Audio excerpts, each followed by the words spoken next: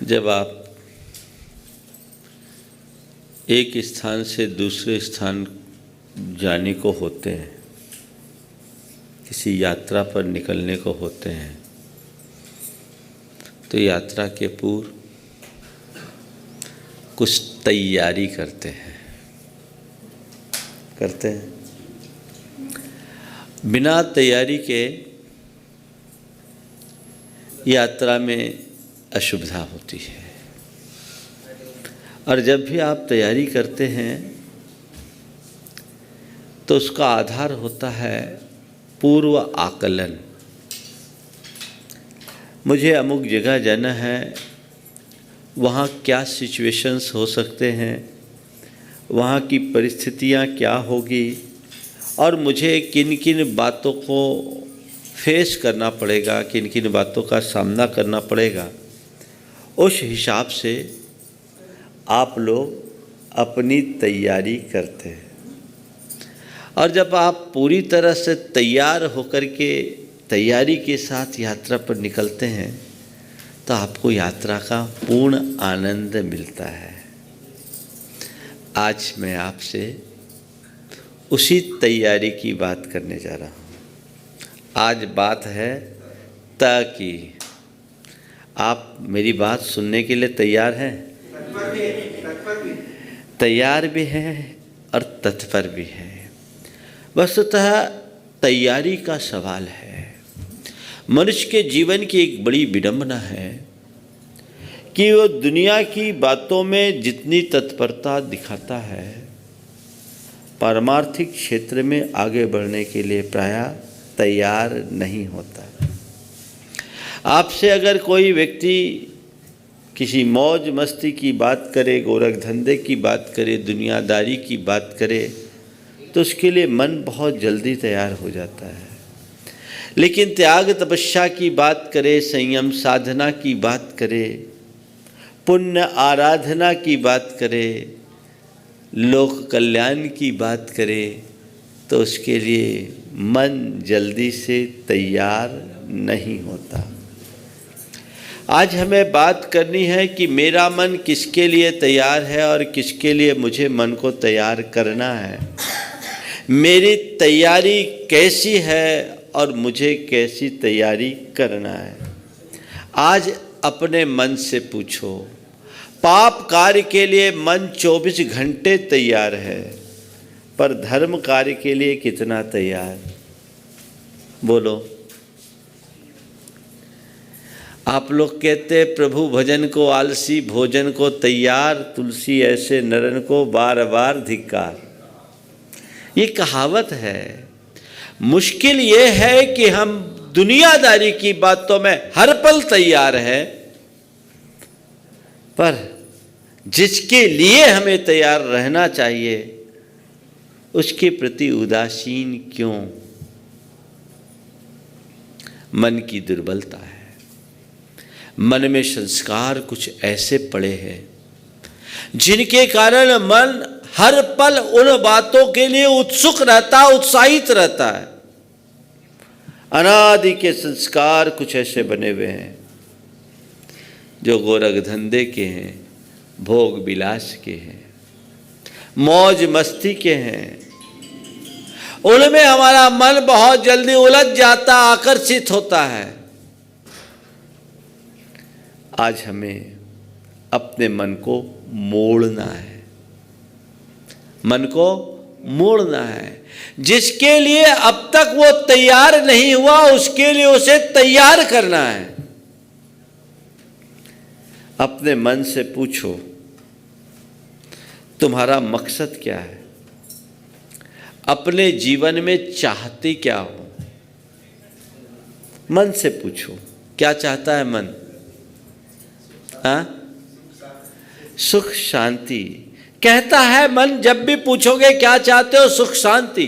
लेकिन मन की दुर्बलता है कि वो उनके माध्यम से सुख शांति चाहता है जिनसे आज तक दुख और अशांति मिले।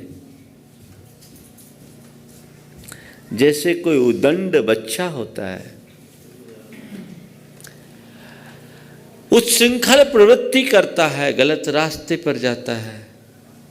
माँ बाप उसे समझाते हैं, वो एक पल को मान भी जाता है, लेकिन जल्दी से अपनी राह बदलने के लिए तैयार नहीं होता।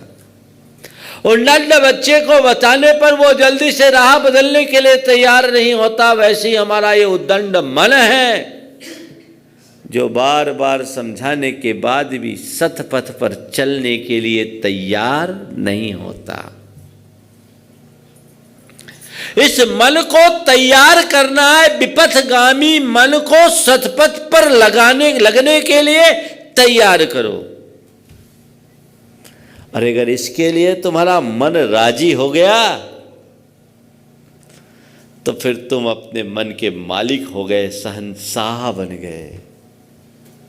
जो अपने मन को मोड़ने में समर्थ हो जाता है, सच्चे अर्थों में वही अपने जीवन का उत्कर्ष कर पाता है।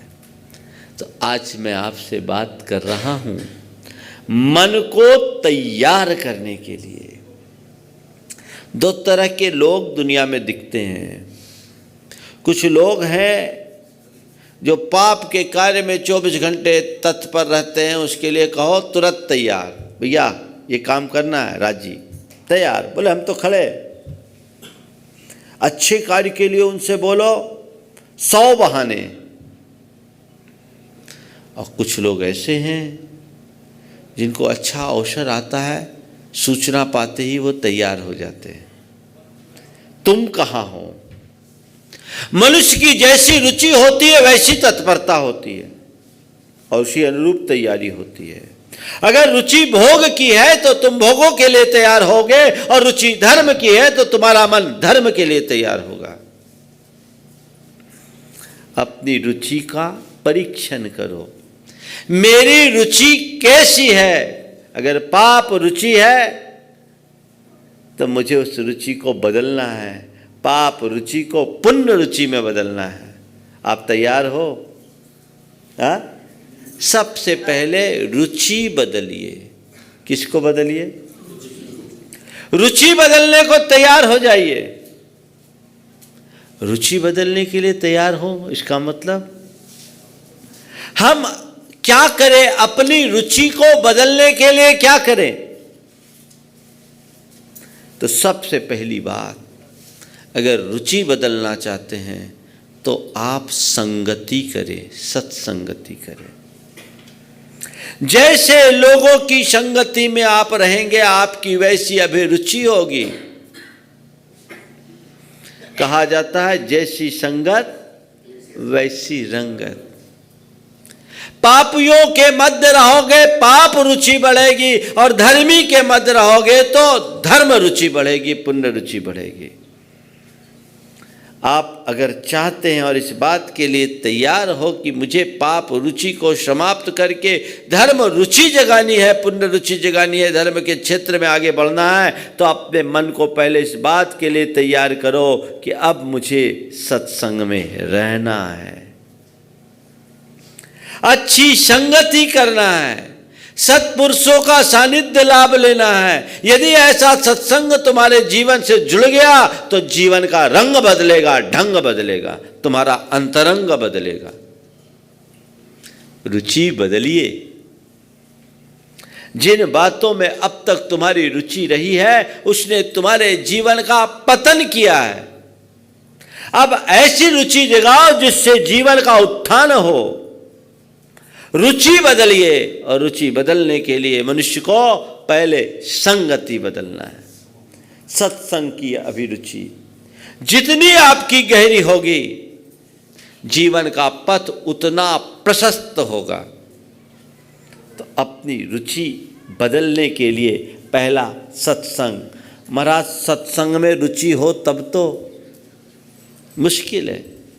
कईयों को सत्संग में रुचि नहीं होती, और कईयों को सत्संग की इतनी गहरी रुचि होती कि उसके बिना और कुछ रुचता ही नहीं। ध्यान रखने की बात है। कहा गया है पुण्यहीन को मिले नहीं भली वस्तु का योग, दाख पके तब काख के होए कंठ में रोग। जब तक मनुष्य का भाग्य नहीं जगता तब तक उसकी बुद्धि नहीं बदलती, उसकी रुचि नहीं पलटती। अपने आप को भाग्यशाली मानो कि तुम्हारे मन में धर्म की रुचि है, तुम्हें सत्संग का सौभाग्य मिला है और ये लाभ तुम्हें मिला है तो इसका पूर्ण लाभ उठाओ। अपनी रुचि को ऐसी मोड़ो कि पाप रुचि पुण्य रुचि में बदल जाए। अपनी भीतर की तैयारी करो। अभी तक मैं बर्बादी के रास्ते पर चला हूं, अब मैं उन्नति के मार्ग को अंगीकार करूंगा। अभी तक मेरा पतन हुआ है क्योंकि मैंने पतन के रास्ते को चुना, अब मैं अपने उत्थान के रास्ते पर चलूंगा। ये सोच यदि हमारी जग गई तो जीवन में आमूल चूल परिवर्तन होगा। सत्संग की रुचि बढ़नी चाहिए, गहरानी चाहिए। बहुत से लोग बोलते हैं महाराज हम आपके प्रवचन को बड़ी रुचिपूर्वक सुनते हैं, आपके प्रवचन के बिना मन नहीं लगता, रोज़ सुनते हैं। कुछ लोग बोलते हैं हम महाराज प्रवचन भी सुनते हैं, शंका समाधान भी सुनते हैं। कुछ लोग तो ऐसा भी बोलते हैं कि महाराज हम तो शंका समाधान दोनों बार सुनते हैं, शाम को भी सुनते हैं और 9:40 पर भी सुनते हैं। उसमें आप भी शुमार होंगे। ये आपकी रुचि की अभिव्यक्ति है। तो आपकी सत्संग में तो रुचि हो गई, पर जिसके लिए सत्संग है उसमें रुचि हुई कि नहीं, अब ये हमें देखना है। अगर हमने अंतरंग से सत्संग किया है तो तय मानकर चलना, हमारी रुचि बदले बिना नहीं रहेगी और रुचि बदलते ही हमारे लक्षण बदल जाएंगे। फिर हमारी तैयारी दूसरी होगी। देखो अपने मन को पूछो, मैंने सत्संग किया, सत्संग पाया, मेरी रुचि बदली है, तो अब मैं अपने आप को तैयार करूं। जिनकी रुचि नहीं है पहले सत्संग से जुड़े, सत्संग से उनकी रुचि बदलेगी और वो धीरे धीरे अपने आप को मोड़ने में समर्थ होंगे। दूसरा अपनी रुचि को बदलने का माध्यम है स्वाध्याय। नियमित स्वाध्याय करो, तुम्हारी रुचि बदलेगी। बिना स्वाध्याय के रुचि नहीं बदलती। बंधु एक बात मैं आप सबसे कहना चाहूँगा, जैसे शरीर को खुराक देना जरूरी है वैसे ही मन को भी खुराक देना आवश्यक है। बल्कि मैं कहूँगा तन की खुराक से भी ज़्यादा आवश्यक मन की खुराक है। तन को कदाचित खुराक न मिले तो तन सुस्त होगा, लेकिन मन को खुराक न मिलने पर मन भ्रष्ट होता है। सुस्त तन से हमें उतना नुकसान नहीं जितना भ्रष्ट मन से है। तो मन को भ्रष्ट होने से बचाने के लिए हमें हमेशा उसे खुराक देने की आवश्यकता है। वो खुराक है स्वाध्याय की। नियमित स्वाध्याय कीजिए, आपकी रुचि बदलेगी। मेरे संपर्क में ऐसे अनेक लोग हैं जिनके सत्संग में आने के बाद रुचि बदली, स्वाध्याय करने के बाद रुचि बदली। कई लोग हैं जो कहते हैं कि महाराज जब से हम सत्संग में आए हमारी तो रुचि बदल गई, पहले हम कुछ और सोचते थे अब कुछ और है। एक सज्जन है, बोले महाराज, युवक ही है, ज़्यादा उम्र नहीं, बोले महाराज जब तक आपके संपर्क में नहीं आए थे हर छुट्टी को हम पहले से प्लान करते थे और भारत से बाहर जाते थे। अब आपके सत्संग में आने के बाद लगता है फालतू का काम है। अब जब भी छुट्टी मिलती है या तो आपके पास आने का मन होता है या किसी तीर्थ में जाने का मन होता है। ये रुचि का परिवर्तन है। रुचि जैसी होगी वैसी प्रवृत्ति होगी। सत्संग से रुचि बदल गई। एक व्यक्ति स्वाध्याय से जुड़ा और स्वाध्याय से जुड़ने के बाद उसके खान पान, आचार विचार, व्यवहार में आमूल चूल परिवर्तन हो गया। 32 साल का युवक रात के पानी तक को त्याग दिया। बोला महाराज अब रुचता ही नहीं, लगता है जिन बातों में पाप है उन्हें हम क्यों करें, जिससे हमारा पतन हो वो रास्ता हम क्यों अपनाएं। रुचि का परिवर्तन जीवन के परिवर्तन का आधार है। रुचि बदलेगी। सत्संग से रुचि बदलती है, स्वाध्याय से रुचि बदलती है। नियमित स्वाध्याय कीजिए, नियमित सत्संग कीजिए, देखिए आपकी रुचि में कितना बड़ा अंतर आता है। वो रुचि ऐसी बदले कि कई बार व्यक्ति खुद पर भी आश्चर्य कर ले। रुचि बदले, रुचि बदलनी चाहिए। तीसरा है सम्यक चिंतन। अपनी समीक्षा, अपना अंतरावलोकन करो, आत्मचिंतन करो, तुम्हारी रुचि बदलेगी, विचारधारा बदलेगी,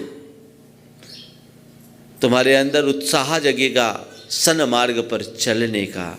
मैंने क्या खोया क्या पाया, जब इसका विश्लेषण करोगे तो जो व्यर्थ है उसमें और जो सार्थक है उसमें भेद दिखेगा।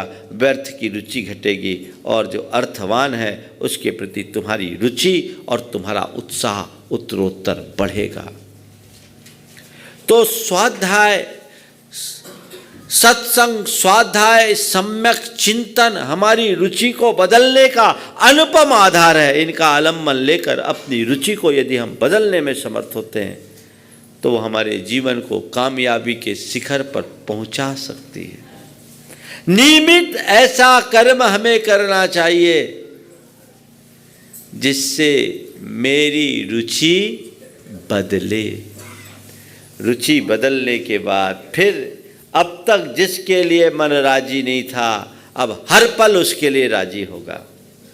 जिसके लिए मन तैयार नहीं होता था उसके लिए तुरंत तैयार हो जाएगा। वो रुचि होनी चाहिए। तो बात आपकी तैयारी की है। अब अपनी रुचि आपकी जग गई तो आपको तैयार होना चाहिए। और आज आपको कहाँ से अपनी तैयारी की शुरुआत है उसके लिए बात कर रहा हूँ। सबसे पहले आपको तैयार होना है तो अपने कल्याण के लिए तैयार होइए। किसके लिए तैयार होइए? आपने अपने जीवन में ढेर प्रकार की तैयारियां कर रखी है, करी है? जीवन के कल्याण की कोई तैयारी है? बोलो। नहीं है और आखिरी तक भी नहीं करेंगे।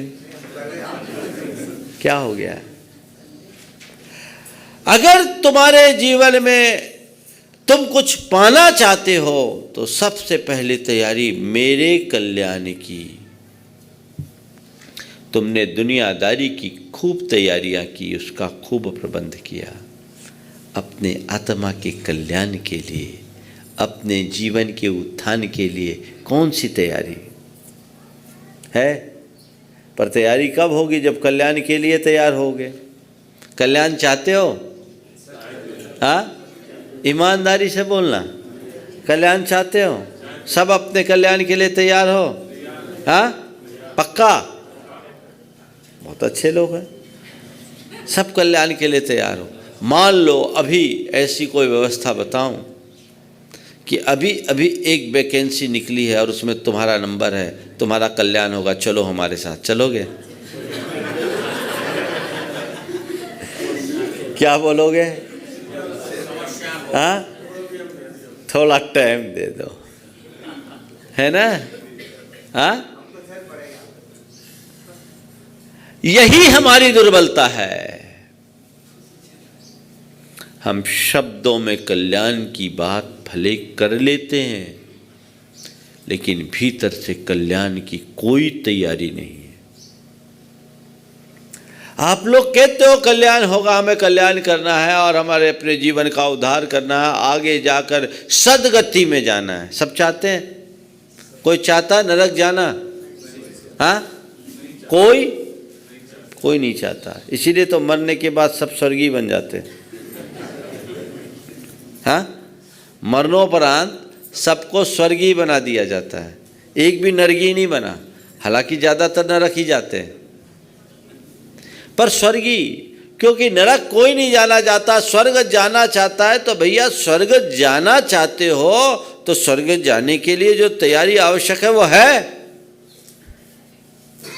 बोलो, क्या है? कोई तैयारी नहीं है महाराज। ठीक है, जब अभी तो जिंदगी चल रही है, आखिरी समय होगा तब तैयारी कर लेंगे। कुछ लोग ऐसी आशा में जीते हैं। कई तरह के लोग होते हैं, कुछ लोग होते हैं जिनका संपूर्ण जीवन प्री प्लान चलता है, नियोजित तरीके से चलता है, और कुछ लोग होते हैं इन मौके पे जो होगा देख लेंगे। जो नियोजित तरीके से काम करते हैं उनका सारा काम व्यवस्थित होता है, और जिनका काम अनियोजित होता है उनका संपूर्ण जीवन अव्यवस्थित होता है। तुम अगर अपना कल्याण चाहते हो तो अभी जाओ, जिस भूमिका में हो वहीं से उसकी तैयारी करो, क्योंकि उसकी कोई उम्र नहीं। कल्याण करने का मतलब ये नहीं है कि अभी से तुम घर बार छोड़ दो। कल्याण के लिए ये नहीं कह रहा हूं कि तुम त्याग तपस्या करना शुरू कर दो। कल्याण चाहते हो तो सबसे पहले अपनी रुचि को मोड़ो। मुझे कल्याण करना है और उसे ही वरीयता दो जिसमें हित है। अहित के कार्यों से अपने आप को दूर करो, उससे बचो और बचाओ। अहित कर मार्ग में मुझे नहीं जाना, ये सोच अपनी बनाइए, तब कल्याण होगा। तुम कल्याण के पथ पर आगे बढ़ो या ना बढ़ो, कम से कम ओम।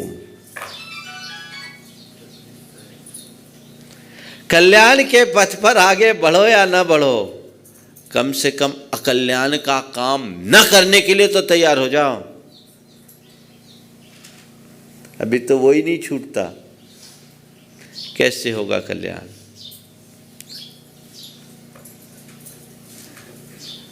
कुछ लोग बहुत पहले एक भजन गाया करते थे, कैसे हो कल्याण की करनी काली है, क्यों कर हो भुगतान की हुंडी जाली है ना। विनय कुमार पथिक का ये बड़ा प्रिय गीत था कि कैसे हो कल्याण की करनी काली है, क्यों कर हो भुगतान की हुंडी जाली है। काली करनी से कल्याण किसका होगा? तो करनी सुधारना है, और करनी सुधारने के लिए अपनी रुचि बदलनी है। प्रथम चरण में मेरी रुचि बदलनी चाहिए। जो मुझे अब तक उपादेय लगते थे, अब मेरे लिए वो हे लगने चाहिए। जिनके पीछे मैं पागल होता था, अब वो मुझे व्यर्थ दिखने चाहिए। ये अगर तैयारी हो गई तो बाकी चीजें ऑटोमेटिक हो जाएगी। कई लोग होते हैं जो अपनी प्रेरणा से अपने जीवन को बदल देते हैं, और कई लोग होते हैं जिनको कितना ही कहो कुछ फर्क नहीं पड़ता, सब चिकने घड़े होते हैं, कोई फर्क नहीं। क्यों? रुचि नहीं बदली। रुचि बदलो। अभी तक मैं पाप रुचि रहा, अब धर्म रुचि, और धर्म रुचि जगी तो मैं अब धर्म कार्यों में आगे बढ़ूंगा, और कदाचित धर्म कार्यों में आगे ना बढ़ पाऊं, अधर्म का कार्य नहीं करूंगा। पहली तैयारी। सड़क पर आप लोग चलते हैं ना, कहीं ग्रीन सिग्नल होता है, कहीं रेड सिग्नल होता है। ग्रीन सिग्नल में गाड़ी आगे नहीं बढ़ाओ तो कोई चालान होता है क्या? नहीं होता। लेकिन रेड सिग्नल में गाड़ी आगे बढ़ा दो तो समझ में आ रही बात? ग्रीन सिग्नल है और तुम नहीं जाओ, तुम्हारी इच्छा, पर रेड सिग्नल है और तुमने उसे क्रॉस कर दिया तो चालान या दुर्घटना है ना। बस मैं आपसे कहता हूं, धर्म के क्षेत्र में तुम आगे ना बढ़ पाओ, कोई चिंता नहीं। ग्रीन सिग्नल है, नियम संयम ज़्यादा नहीं ले सको, कोई बात नहीं, पर जो रेड सिग्नल है, जो कल्याण के कारण है, जो पाप हैं, जो निषिद्ध हैं, जो वर्जित हैं, उन पर अपनी गाड़ी मत बढ़ाओ, नहीं तो गए काम से। रुचि बदलना पहली तैयारी, इसी का नाम सम्यक दर्शन है। अब तक मैं जिधर जाता था उधर अब नहीं जाऊंगा, अभी तक जिन्हें उपादेय मानता था वो मेरे लिए हे हो गए। अब तक मैं जिनको ग्रहण करना चाहता था वो सब त्याज्य हैं। मेरी रुचि बदल गई, वो रेड सिग्नल उधर तो अब मैं नहीं जाऊंगा। ये पहली शुरुआत हो। मोड़िए अपने आप को, फिर धीरे धीरे जैसे जैसे रुचि बदलती है उत्साह बढ़ता है। उत्साह बढ़ता है तो मनुष्य की वैसी वैसी तैयारी शुरू हो जाती है। फिर आगे बढ़ने की तैयारी, आगे बढ़ने की तैयारी भूमिका अनुरूप करो। सबसे पहले नियम लेना शुरू करो, फिर व्रत लेना शुरू करो, फिर संयम अपनाना शुरू करो। नियम, व्रत और संयम ये कल्याण के लिए एक बड़ी तैयारी है। छोटे छोटे भी नियम हो जिसमें तुम्हारा हित दिखता वो लेना शुरू करो। मैं उधर नहीं जाऊंगा, इधर चलना है। ठीक है, एक व्यक्ति 100 की स्पीड से चलता है, एक व्यक्ति 20 की स्पीड से चलता है, कम से कम रुका तो नहीं है, चल तो रहा है। तुम चलने की तैयारी करो, आगे बढ़ो, छोटे छोटे नियम लो। कई लोग हैं बातें बड़ी बड़ी करते हैं और काम बिल्कुल नहीं करते। बातें बड़ी बड़ी करते हैं और काम बिल्कुल नहीं करते। काम होना चाहिए, कोरी बड़ी बातों से कोई फायदा नहीं। कई लोग बोलेंगे अरे हमें ये करना वो करना, उनको देखो तो लगेगा ये तो बहुत बड़ी तैयारी में है। वैसी तैयारी नहीं। एक एक कदम चल करके 1000 मील चलने की बात करो। मैं बहुत से ऐसे लोगों को जानता हूं जो हजारों मील की बात करते हैं पर कदम एक भी नहीं बढ़ाते। एक एक कदम चलकर हजारों मील चला जा सकता है, हजारों मील की बातों से एक कदम भी नहीं बढ़ पाते। हम एक कदम चले, ये छोटे छोटे नियम सतपथ पर बढ़ाया जाने वाला एक एक कदम है। मेरी तैयारी है, शुरुआती दौर से मेरी तैयारी हो, मैं छोटे छोटे नियम लूं, छोटे छोटे व्रत लूं, संकल्प लूं और अपने जीवन में छोटे छोटे संयम का अभ्यास बनाऊं जो मुझे मेरे कल्याण से जोड़ेगा। उसकी कोई तैयारी? प्राय लोग क्या सोचते हैं, सब एक साथ करेंगे। एक साथ करने का वक्त भी मिलेगा? कोई भरोसा नहीं। आप अपनी तैयारी कीजिए, नियम, व्रत, संयम अंगीकार कीजिए। भूमिका अनुरूप यही अभ्यास आगे आपको ऊपर बढ़ाएगा, ऊपर उठाएगा। और इसे गौण कर दोगे तो कुछ भी घटित नहीं होगा, कुछ भी नहीं कर पाओगे। आगे बढ़ने की कोशिश निरंतर बनी रहनी चाहिए। मुझे छोटा छोटा नियम, कहते हैं घुटने के बल चलते चलते पांव खड़े हो जाते हैं। छोटे छोटे नियम एक दिन बहुत बड़े हो जाते हैं। ये तैयारी तो करो, इसके लिए तैयार। एक बार एक व्यक्ति थे, युवक था, बहुत लंबी लंबी चर्चाएं कर रहा था। मैंने उसे कई तरह से कन्विंस किया, वो मेरी बातों से कन्विंस भी हो गया। लेकिन उसके परिवार के लोगों ने उससे कहा कि भैया कम से कम इतनी सब बातें सुनी हैं तो एक काम कर ले, तू मंदिर जाना शुरू कर दे। वो तैयार नहीं हुआ, तैयार नहीं हुआ। मन जल्दी से तैयार नहीं होता। इसे तैयार कीजिए, तब उत्थान होगा, और नहीं तो एक दिन कहानी ख़त्म हो जाएगी, सब धरा रह जाएगा। देखिए, आप लोग यात्रा को निकलते हैं, ट्रेन में सफ़र करना होता है, तो क्या करते हैं आप? रिजर्वेशन कराते हैं, अपनी सीट पर बैठते हैं, आराम से पड़े रहते हैं कि जैसे ही आपका मुकाम आने को होता है, आप अपना सामान समेटना शुरू करते हैं। अपने लगेज को खींच करके क्या करते हैं? गेट के पास लाते हैं, छोटा मोटा सब सामान समेटते हैं। क्यों? भैया स्टेशन आने वाला है, अगर चूक गए सामान रह जाएगा, है ना। वहाँ तो तुम लोग ध्यान में रखते हो, इधर भी तो तुम्हारा स्टेशन आने वाला है, तैयारी क्यों नहीं? समेटो, अभी तो फैलाव में लगे हैं।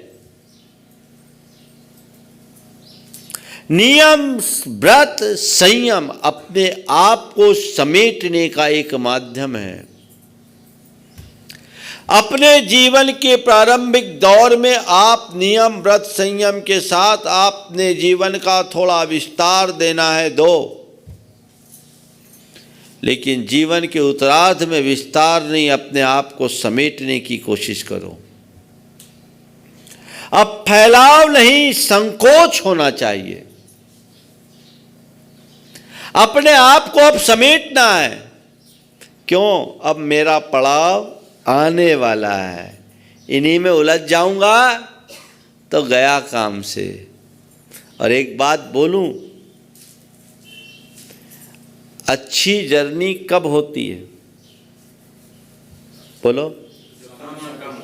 जब सामान कम होता है ना। जितना ज़्यादा लगेज उतना ज़्यादा झंझट, है ना, है ना। अब आपके पास ज़्यादा लगेज हो तो ट्रक या ट्रैक्टर बुलाना पड़ता है और थोड़ा कम हो तो आप अपने व्हीकल से जाते हैं, बस से जाते हैं।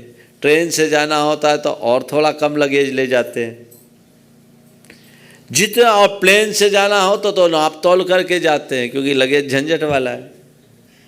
लेकिन आप देखिए, आप ट्रेन से यात्रा कर रहे हैं, आपके पास 10 लगेज है तब, और आप केवल एक हैंडबैग लेकर के गए हैं तब, क्या अंतर है? जब लगेज हो ज़्यादा तब चिंता ज़्यादा, झंझट ज़्यादा, और लगेज कम, गाड़ी रुकी, दन से उतर गए और चल दिए। बोले क्या, हमको क्या करना है ना। तो भैया अब धीरे धीरे लगेज घटाना शुरू कीजिए, समेटिए, लगेज बढ़ाइए मत। बात समझ में आ रही? समझ में तो सब आती है हाँ, बस सब वही खेल है। लगेज घटाने का लक्ष्य रखिए। मुझे अब अपने आप को समेटना है, फैलाना नहीं है। यह आपकी तैयारी होनी चाहिए। देखिए, हमारे शास्त्रों में गृहस्थों को अपने जीवन का पथ प्रशस्त करने की कुछ व्यवस्था दी है। उसमें कहा 4 आश्रम की व्यवस्था दी: ब्रह्मचर्य आश्रम, गृहस्थाश्रम, वानप्रस्थाश्रम और संन्यास आश्रम। विवाह से पूर्व ब्रह्मचर्य, विवाह के बाद गृहस्थ, गृहस्थ गृहस्थी में रहे, सक्रियता से जीवन जिए, अपने दायित्वों का निर्वाह करे और जीवन के निर्वाह के लिए आवश्यक धन संपत्ति जो जोड़ना है जोड़े, भूमिका अनुरूप जो राग रंग उसे करना है वो भी करे। गृहस्थ पूरी तरह से इन सब से मुक्त नहीं हो सकता, वो भूमिका अनुरूप होता है और उतना वो पाप का भागी भी होता है, लेकिन उसे इसे पता है कि ये ठीक नहीं है। तो उसके लिए कहा गया कि एक उम्र पार करने के बाद धीरे धीरे अपने गार्हस्थ्यिक दायित्वों को कम करो और वानप्रस्थी जीवन जीना शुरू कर दो। गृहस्थी फैलाव का नाम है और वानप्रस्थी समेटने का नाम है। अब अपने आप को समेटना शुरू करो, घर में रहते हुए भी न रहने जैसी स्थिति में आ जाओ। अब किसके लिए विस्तार? मुझे जो अपने सांसारिक दायित्व थे उसका मैंने निर्वाह कर लिया, गार्हस्थ्यिक कर्तव्य थे वो मैंने कर लिया। अब मुझे अपने पारमार्थिक कर्तव्य का अनुपालन करना है, अपनी आध्यात्मिक उन्नति की तैयारी करनी है। वो तैयारी मेरी होनी चाहिए। धीरे धीरे समेटिए। मैंने देखा 75-80 वर्ष की उम्र हो जाने के बाद भी दुनियादारी नहीं छूटती, उसी में ही लगे रहते हैं, उसके पीछे ही पागल बने रहते हैं। ये प्रवृत्ति ठीक नहीं है भैया। तुम्हारे द्वारा जोड़ा गया धन, तुम्हारी संपत्ति सब यहीं धरी रह जाएगी। तुमने अपने आप को अगर ठीक तरीके से तैयार नहीं किया तो तुम्हारा अंत भी बुरा होगा, कोई तुम्हें बचा नहीं सकेगा। अपने आप को तैयार करो, अच्छे से तैयार करो, समेटना शुरू कीजिए, वानप्रस्थी बनिए, यानी व्यापारिक और गार्हस्थ्यिक दायित्वों को कम कीजिए और अपने आप को व्रत संयम में बांधने की कोशिश कीजिए। ये तैयारी है। व्रती बनो अगर अपने जीवन का कल्याण करना है तो। अव्रती बन करके तो ऐसे ही संसार में रुलते रहोगे। व्रती बनोगे तो तुम्हारा कल्याण होगा। पापों को छोड़ो, भले वो आंशिक रूप से छोड़ो, वानप्रस्थी बनो। संयम और सादगी के साथ जीवन जियो, ये तुम्हारी तैयारी है। और ऐसी तैयारी यदि तुमने घटित कर ली तो तुम्हारा बेड़ा पार है। कोई नहीं करना चाहता। जो चल रहा है सब चलने दो। और बाद में होता क्या है, एक रोज हो जाता राम नाम सत्य है, और क्या, कहानी खत्म। राम नाम सत्य होता है, पूरी कहानी खत्म हो जाती है, फिर हासिल कुछ भी नहीं होता।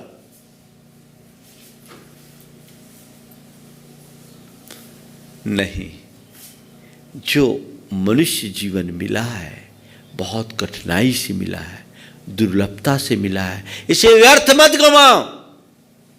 इस जीवन को पाकर वो तैयारी करो जिससे जीवन का पथ प्रशस्त हो सके, जीवन का उत्थान किया जा सके, जीवनोद्धार किया जा सके। वो तैयारी तुम्हारी होनी चाहिए। वानप्रस्थी बनिए, यानी अब संसार में रहते हुए भी सांसारिकता मुझ पे हावी ना हो, भीतर से रस खत्म हो जाए, रुचि पूरी तरह बदल जाए। इसके लिए अपने मन को तैयार करो कि भैया बहुत कठिनाई से मनुष्य जीवन मिला है मुझे, मैं इसे व्यर्थ नहीं खोऊंगा, अपना कल्याण करना है, कल्याण की रुचि मुझे जगी है, तो अब अपने आप को बदलना है। वैसी तैयारी करो। है तैयारी? महाराज आप तो जैसा चल रहा है ना वैसे ही चलने दो, उसमें बदलने वाली बात मत करो। भैया मुझे क्या, मैं तो बोलना ही बंद कर देता हूं। जीवन तुम्हारा है, बदलना तुम्हें है, उसके लिए तुम्हें खुद को तैयार करना होगा। एक बात ध्यान रखना, जोर जबरदस्ती से किसी को नहीं बदला जा सकता। बदलता वही है जो बदलने के लिए तैयार होता है। आप तैयार होइए। उपदेश तो केवल आपको मोटिवेशन देता है, प्रवचन से तो केवल आपको एक प्रेरणा मिलती है। प्रेरणा पाकर अगर आप अपने आप को तैयार कर लिए तो धन्य, और नहीं तो जहां के तहां। वानप्रस्थी बनने का मनोभाव, होना चाहिए। अपने आप को अब समेटना है, फैलाना नहीं है। खूब विस्तार दे दिया, अब समेटो। अब ज़्यादा गुनाह भाग में मत लगो, शरीर थक जाएगा, बुद्धि काम नहीं करेगी, पता लगा आखिरी या तो पैरालिसिस में जाओगे या कोमा में पड़ोगे। मैं ऐसे लोगों को जानता हूं जिनके जीवन के आखिरी 10-10, 12-12 साल बिस्तर पर गए कोमा में, जिंदा लाश बन करके जिए, जो शेर की तरह जिए और कुत्ते की तरह मरे। एक नर्स या एक कंपाउंडर लगा दिया, वो उनकी सेवा है, बस नली से भोजन जा रहा है, राइस ट्यूब से सब कुछ जा रहा है, वो बस मेंटेन हो रहा है। क्या काम? ऐसा क्यों होता है? इसके पीछे एक वजह है, तुमने अपने जीवन की ऊर्जा का सही उपयोग नहीं किया। व्यर्थ के कार्यों में अपनी ऊर्जा को प्रवाहित करने वाले लोगों की ऐसी दुर्दशा होती है। इसलिए समय रहते अपनी ऊर्जा को सही दिशा दो, वानप्रस्थी बनने की तैयारी करो, मोड़ो, समेटो। बाल बच्चे बड़े हो गए, उनको कारोबार सौंपो। बहू अगर समर्थ है, उसको घर का दायित्व सौंपो। अब तो स्वयं के उत्तरदायित्व को संभालो, जो स्वयं के प्रति आत्म कल्याण के कर्तव्य को देखो, पारमार्थिक दायित्व का निर्वाह करो। उसके लिए अपने आप को तैयार करो। भैया ठीक, मैंने जीवन का एक भाग जो संसार के लिए जीना था जी लिया, अब दूसरा भाग है वो अपने लिए, मुझे अपने लिए जीना है। ध्यान रखो, बचपन ज्ञानार्जन के लिए, जवानी धनार्जन के लिए, तो बुढ़ापा पुण्यार्जन के लिए सुरक्षित कर लो। क्यों? अभी तक तुमने पुण्य को खपाया है, खाली हो गए। जितना लेकर आए थे भोग लिया, कमाया कुछ नहीं। तो खाली होकर जाने की जगह भर कर जाने की तैयारी करो और अच्छे कर्म में अपने आप को लगाओ, पुण्यार्जन करो, मोड़ो अपने आप को। तो समेटिए, समेटने की तैयारी, और समेटने के बाद आखिरी है सन्यास, साधना की तैयारी। जब तक अपने आप को समेटोगे नहीं, साधना नहीं कर पाओगे। साधना आगे की भूमिका है, जिसमें अपनी शक्ति को धीरे धीरे उद्घाटित करते हुए त्याग और तपस्या के रास्ते को अपनाओ। बाहरी और भीतरी साधना करो, शरीर को कृश करो, कषायों को शांत करो। यह साधना तुम्हारे जीवन का उत्थान कराएगी। उसकी तैयारी, साधना करते करते इस दुनिया से जाऊं, संलेखना पूर्वक मैं देह छोड़ूं, वो तैयारी तुम्हारी होनी चाहिए। जो एक बार संलेखना के साथ तुमने अपनी काया को छोड़ा, तो 2-3 भाव में तुम्हारा टिकट कटा, कोई रोक नहीं सकता। वो तैयारी होनी चाहिए। अभी से सोच बनाओगे, अभी से तैयारी करोगे, तब आगे वहां तक पहुंच पाओगे।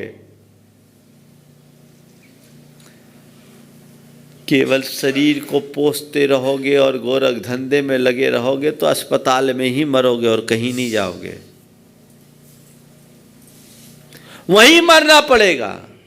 नहीं, मुझे धीरे धीरे धीरे धीरे पहले नियम व्रत आदि में लगना है, समेटना है, और धीरे धीरे अपने आप को व्रत में लगा करके अपने आप को समेटने की भूमिका में आना है, और आखिरी में साधना के मार्ग पर लगना है। ये तैयारी तुम्हारी होनी चाहिए। जो मुझे मौका मिला है, मैं इसे व्यर्थ नहीं जाने दूंगा, इसे खोऊंगा नहीं, हर हाल में अच्छे तरीके से जीऊंगा, इसका पूरा रस लूंगा। मेरी तैयारी है। तैयारी का संबंध मैनेजमेंट से। आजकल तो मैनेजमेंट के बारे में खूब बताया जाता है।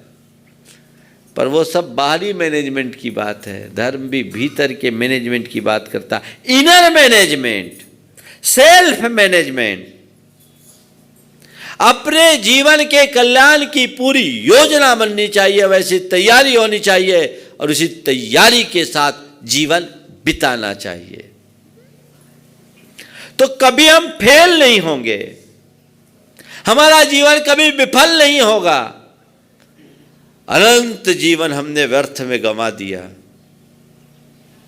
ठीक है, जिस जीवन में ज्ञान नहीं मिला और हमने उसे व्यर्थ खोया, कोई गम नहीं, लेकिन ज्ञान पा जाने के बाद भी यदि हम जीवन को व्यर्थ बिताएं तो इससे बड़ा दुख है, इससे बड़ा गम और क्या होगा।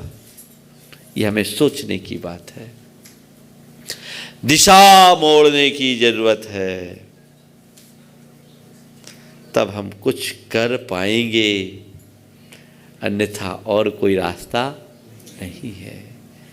तो आगे साधना की तैयारी हो, लेकिन जब भी बोलो घबरा जाता है मन। वस्तुतः जिनके हृदय में अपने आत्मा के कल्याण की प्रगाढ़ रुचि होती है, वे ही ऐसी तैयारी कर पाते हैं। आप तैयारी करिएगा तो काम बनेगा, और केवल बातें करेंगे तो कुछ नहीं होगा। बहुत सारे लोग हैं जो बातें बड़ी बड़ी करते कुछ नहीं, कुछ भी बोलो तो कोई ना कोई बहाना रख देते हैं, इससे काम नहीं होगा। मुझे खुद को तैयार करना है, बहाना बनाने से क्या होगा। ध्यान रखना, कुछ लोग बहाना बनाते हैं और कुछ लोग बहाना ढूंढते हैं। क्या बोल रहा हूँ? बहाना बनाते हैं और बहाना ढूंढते हैं। मैं आपसे कहता हूँ कि धर्म के क्षेत्र में कभी बहाना मत बनाना, कल्याण के लिए कभी बहाना मत बनाना। कल्याण का बहाना ढूंढना जिससे तुम्हारा कल्याण हो सके। हाँ, पाप का मौका आए तो बहाना बना दो, बहाना बनाने से कोई हासिल होने वाला नहीं है। अपने अंदर की वैसी तैयारी हो जो हमारे जीवन के उत्कर्ष का आधार बन जाए, जिसके बल पर हम अपनी आत्मा की उन्नति कर सके, अपने जीवन को नई उपलब्धियों से भर सके, वो हमारी कोशिश होगी। तो निश्चयतः वो हमारे जीवन की एक सार्थक उपलब्धि के रूप में होगी।